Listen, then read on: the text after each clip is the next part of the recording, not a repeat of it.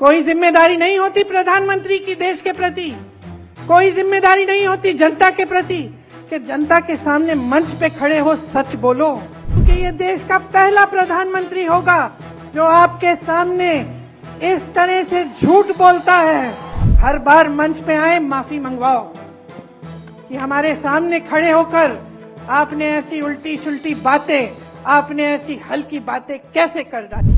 5 सालों से तो आप कुछ भी करते रहे, आपसे किसी ने पूछा नहीं। अब जनता पूछ रही है, अब जनता कह रही है कि भाई बताओ क्या किया, तो अब घबराहट हो रही है। अब बहकी बहकी बातें, वही हिंदू मुसलमान, वही इधर उधर की बातें, वही विश्व गुरु, वही दुनिया के सबसे बड़े नेता हैं मोदी जी।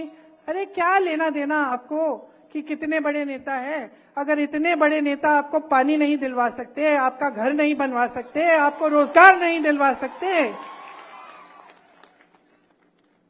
तो हमें क्या माफी मांगनी चाहिए इनसे कि हमने रोजगार की बात उठा ली, कि हमने महंगाई की बात उठा ली, कि हम लड़ रहे हैं आपके हकों के लिए, कि हम कह रहे हैं कि इस देश को हम खत्म नहीं करने देंगे तुम्हें। माफी मांगे ये आपसे मांगे। हर बार मंच पे आए माफी मंगवाओ कि हमारे सामने खड़े होकर आपने ऐसी उल्टी सुल्टी बातें, आपने ऐसी हल्की बातें कैसे कर डाली। आप माफी मंगवाओ, पूछो इनसे। कोई जिम्मेदारी नहीं होती प्रधानमंत्री की देश के प्रति, कोई जिम्मेदारी नहीं होती जनता के प्रति कि जनता के सामने मंच पे खड़े हो सच बोलो। यही जिम्मेदारी होती है, ये दिल में लेके ये जिम्मेदारी उठाते हैं प्रधानमंत्री। मैंने देखे हैं ऐसे प्रधानमंत्री, और मैं ये नहीं कह रही हूं कि सिर्फ मेरे परिवार के सदस्य थे। हाँ, इंदिरा जी थी, मर गई देश के लिए, शहीद हो गई देश के लिए। हाँ, राजीव जी थे, टुकड़ों में घर लाई मैं उनको, शहीद हो गए इस देश के लिए। लेकिन मनमोहन सिंह जी भी थे जो क्रांति लाए इस देश में। कांग्रेस पार्टी को ना देखे तो वाजपेयी जी भी थे जो सभ्य इंसान थे कम से कम। और मैं दावे के साथ कह सकती हूं कि ये देश का पहला प्रधानमंत्री होगा जो आपके सामने इस तरह से झूठ बोलता है, जिसके दिल में इतनी भी भावना नहीं है कि मैं जनता के सामने बोल रहा हूं, मेरे मुंह से सच निकलना चाहिए।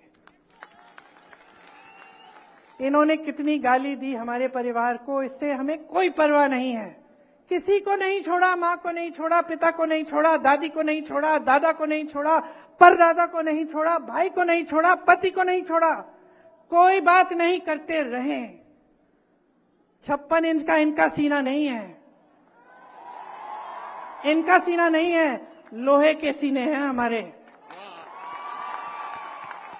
करते रहे, लेकिन देश के सामने इस तरह के झूठ बोलना, इस स्तर पे आना देश के सामने कि कोई राजनीतिक दल आके एक्सरे लेकर आपके घर में घुस के, मतलब मजाक की बात है।